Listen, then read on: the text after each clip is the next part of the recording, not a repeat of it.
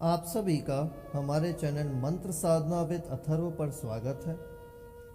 आज की इस वीडियो में हमारा विषय है कि गृहस्थ मनुष्य को प्रातःकाल जागरण के पश्चात तथा स्नान से पूर्व किन कर्मों को करना चाहिए। तो इस विषय पर शास्त्रों में इन कर्मों के लिए कुछ विधि विधान बताए गए हैं।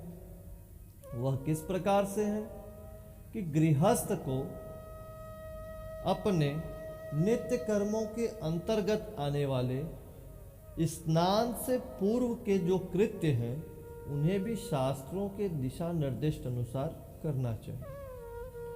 अब प्रश्न उठता है कि शास्त्रों के अनुसार ही क्यों करना चाहिए। तो इसे परिभाषित करते हुए शास्त्रों में कहा गया है कि जो मनुष्य स्नान से पूर्व के कर्म शास्त्रों के अनुसार करता है वही मनुष्य स्नान के पश्चात के जो षट कर्म कहे गए हैं उनको करने का अधिकारी होता है। अब आते हैं प्रातःकाल के सबसे प्रथम कृत्य की ओर। तो सबसे पहला जो कर्म कहा गया है कि ब्राह्म मुहूर्त में जागरण करना चाहिए। अब ब्राह्म मुहूर्त किसे कहते हैं?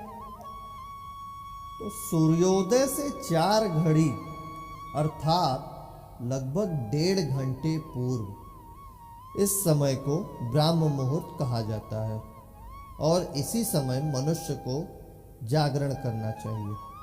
शास्त्रों में ब्राह्म मुहूर्त में निद्रा निषिद्ध कही गई है।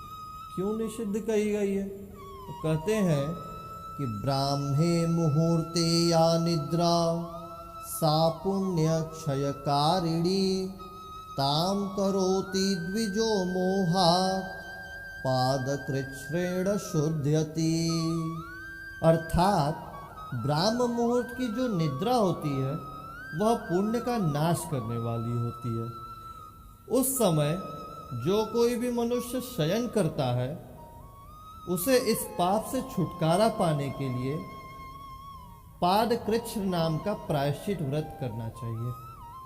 किंतु यह व्रत रोग की अवस्था में या भजन कीर्तन आदि के कारण जागरण करने पर यह व्रत करना आवश्यक नहीं होता है। अब यह तो हो गया प्रथम कर्म। अब द्वितीय कर्म क्या कहा गया? करावलोकन। इस कर्म को किस प्रकार से करना चाहिए? तो कहते हैं कि आँखों के खुलते ही अपनी दोनों हाथों की हथेलियों को देखते हुए निम्न श्लोक का पाठ करना चाहिए। ओम कराग्रे वसते लक्ष्मीः करमध्ये सरस्वती करमूले स्थितो ब्रह्मा प्रभाते कर दर्शनम। अर्थात हाथ के अग्रभाग में माता लक्ष्मी, हाथ के मध्य में माँ सरस्वती और हाथ के मूल भाग में ब्रह्मा जी निवास करते हैं। अतः प्रातः काल दोनों हाथों का दर्शन करना चाहिए। यह हो गया द्वितीय कर्म। अब तृतीय कर्म क्या कहा गया? भूमि वंदना। इसे किस प्रकार करना चाहिए? तो शैया से उठने के पश्चात और पृथ्वी पर पैर रखने के पूर्व पृथ्वी माता का अभिवादन करना चाहिए और उन पर पैर रखने की विवशता के लिए उनसे क्षमा मांगते हुए निम्न श्लोक का पाठ करना चाहिए।